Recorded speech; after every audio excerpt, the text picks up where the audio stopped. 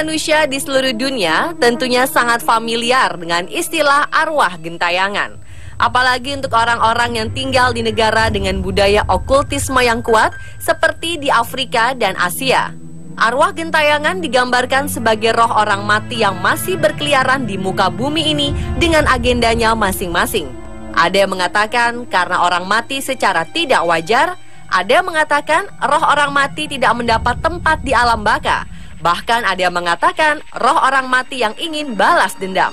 Namun dari semua pendapat tersebut, belum tentu semuanya benar, tergantung pribadi masing-masing yang menilai. Dan berikut, On The Spot merangkum berita-berita tersebut dalam kisah arwah gentayangan.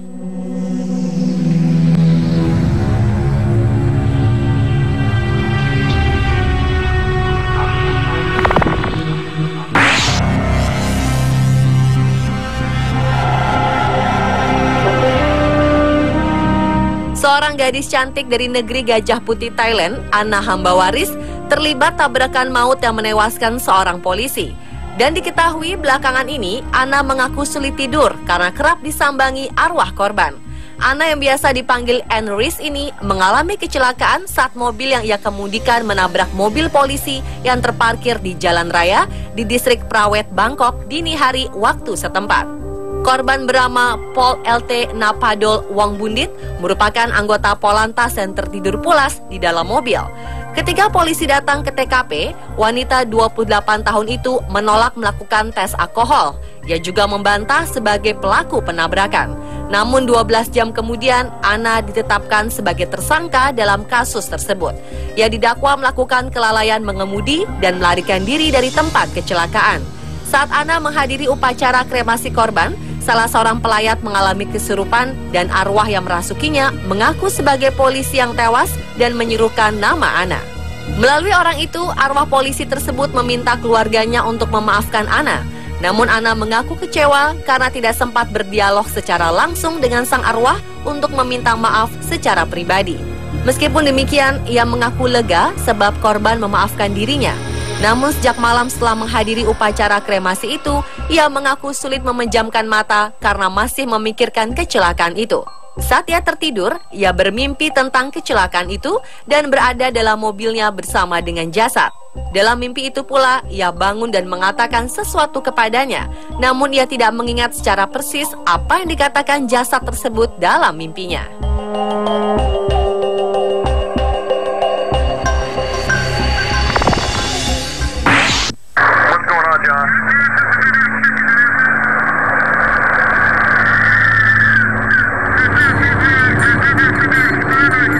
Another clear sign that the screaming was put in later was the fact. Video ini telah didapat dari manajemen keamanan hotel yang saat itu sedang menonton rekaman CCTV tersebut pada 14 September 2003 di Hotel Wingate di Illinois, Amerika Serikat. Suaranya terdengar pada latar belakang rekaman. Menurutnya hal tersebut bermula saat orang-orang yang menginap di hotel mulai menyatakan keluhan padanya karena kerap kali mendengar kebisingan berupa suara menjerit keras yang datang dari lantai 2, terutama mengarah pada kamar 209. Tidak ada yang mengetahui asal dari suara tersebut. Namun setelah diperiksa lebih lanjut, mereka menemukan bahwa selama bertahun-tahun beberapa keluhan dari suara-suara aneh tersebut memang datang dari kamar nomor 209. Saat melakukan penyelidikan, terdapat rekaman yang menunjukkan seorang karyawan Wingate Hotel yang memasuki ruang kosong dengan jeritan menyedihkan tersebut berasal. Sang manajer yang terdengar beradu pendapat dengan karyawan yang memeriksa mendesaknya untuk menunggu hingga polisi tiba, namun ia tetap menyelidikinya. Lalu sosok bayangan putih kemudian terlihat pada kamera CCTV, terlihat meninggalkan ruangan dan berjalan menyusuri lorong. Dan pada saat memasuki ruangan, pria itu menemukan furniture yang terbalik dan karpet yang sobek di dalam kamar, namun tidak menemukan adanya seseorang di sana.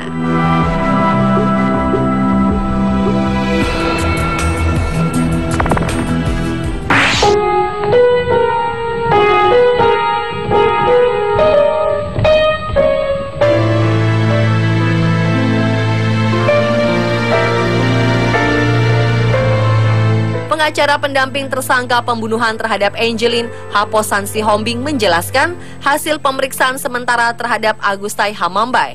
Menurutnya, hasil penyelidikan tersebut menguak sejumlah pernyataan kliennya seputar kematian bocah kelas 2 sekolah dasar itu. Satu di antaranya mengenai keberadaan tali dan boneka di jenazah Angelin. Agus menjelaskan alasannya menjeratkan tali di leher dan menaruh boneka di jenazah korban. Menurutnya, cara tersebut dilakukan untuk menghindarkannya dari kejaran arwah korbannya. Katanya, meski sudah mengikat leher Angelin dan menaruh boneka pada jasad anak tersebut, kliennya tersebut mengaku sempat dikejar-kejar oleh arwah anak mantan majikannya tersebut. Dalam sebuah tidurnya, diketahui ia sempat dikejar-kejar oleh jenazahnya. Selain itu, ternyata ada juga kejadian aneh yang dialami oleh sejumlah petugas polisi yang berjaga malam di rumah tempat jenazah ditemukan. Menurut pengakuan mereka, hal-hal aneh yang terjadi salah satunya adalah adanya suara anak kecil yang sedang bernyanyi. Hal tersebut terjadi pada malam kedua setelah jasad Angelin ditemukan. Sekitar pukul 4 waktu Indonesia Tengah, jalanan benar-benar sepi.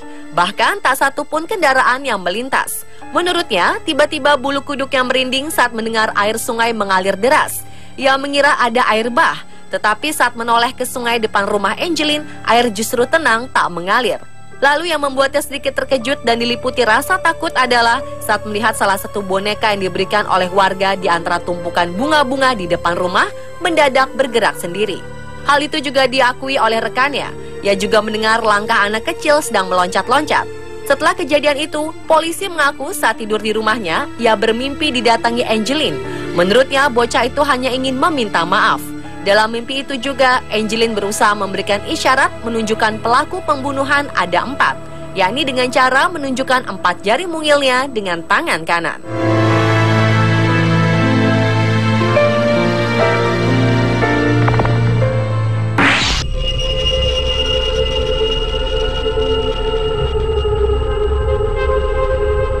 Pasca tewasnya Siska Yofi di Jalan Cipedes Tengah, Kecamatan Sukajadi, Bandung, pada 5 Agustus 2013, kisah mistik pun bermunculan dan menjadi buah bibir di kalangan warga sekitar.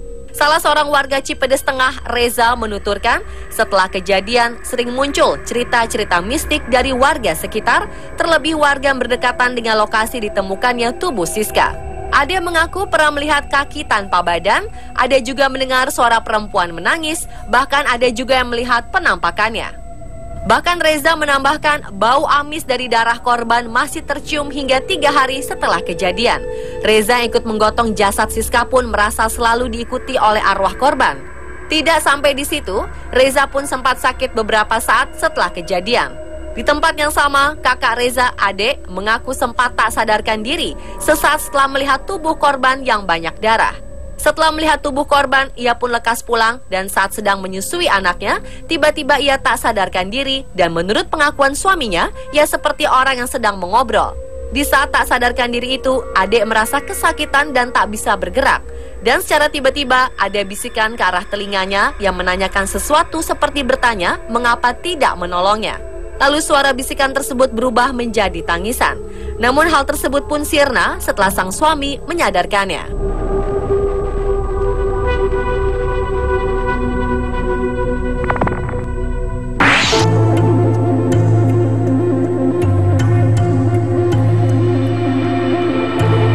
Orang tua korban bocah mutilasi Baikuni alias Babe meminta jenazah anaknya Ardiansyah dikembalikan agar bisa segera dimakamkan secara layak. Jenazah yang masih berada di tangan polisi untuk diperiksa diminta sang ibu kandung Nur Hamidah dan ia pun melaporkannya kepada Komnas Perlindungan Anak. Menurut Nur Hamidah, jenazah anaknya itu sudah berada di Rumah Sakit Polri Kramat Jati sejak Jumat 8 Januari lalu.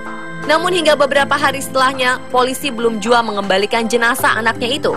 Kepada Sekjen Komnas Perlindungan Anak, Aris Merdeka Sirait, ibu korban mutilasi itu mengaku sudah berulang kali didatangi oleh arwah Ardiansyah. Untuk itu ia sangat berharap Komnas Perlindungan Anak mendesak polisi agar segera mengembalikan jenazah anaknya. Seperti diketahui, Ardiansyah dipotong-potong oleh tersangka Babe di kawasan Pulau Gadung dan mayatnya ditemukan di proyek Banjir Kanal Timur, Jalan Raya Bekasi, dibungkus di dalam kardus minuman mineral.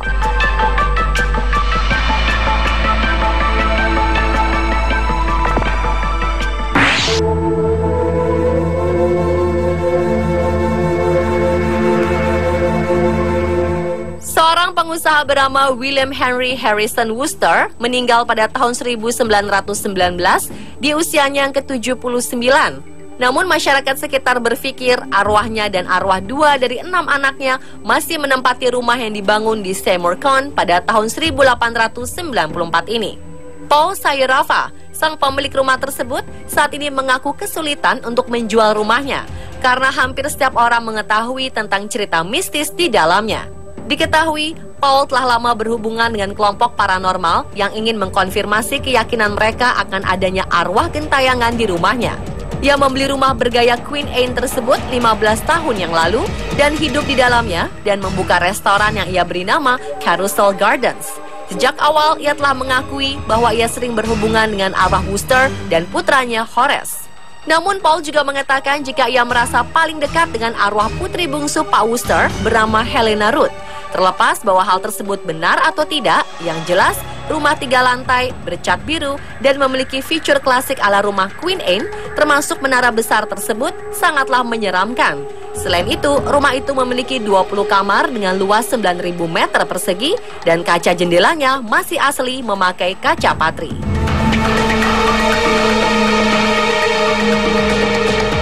Dan pemirsa, itulah kisah arwah gentayangan versi On The Spot.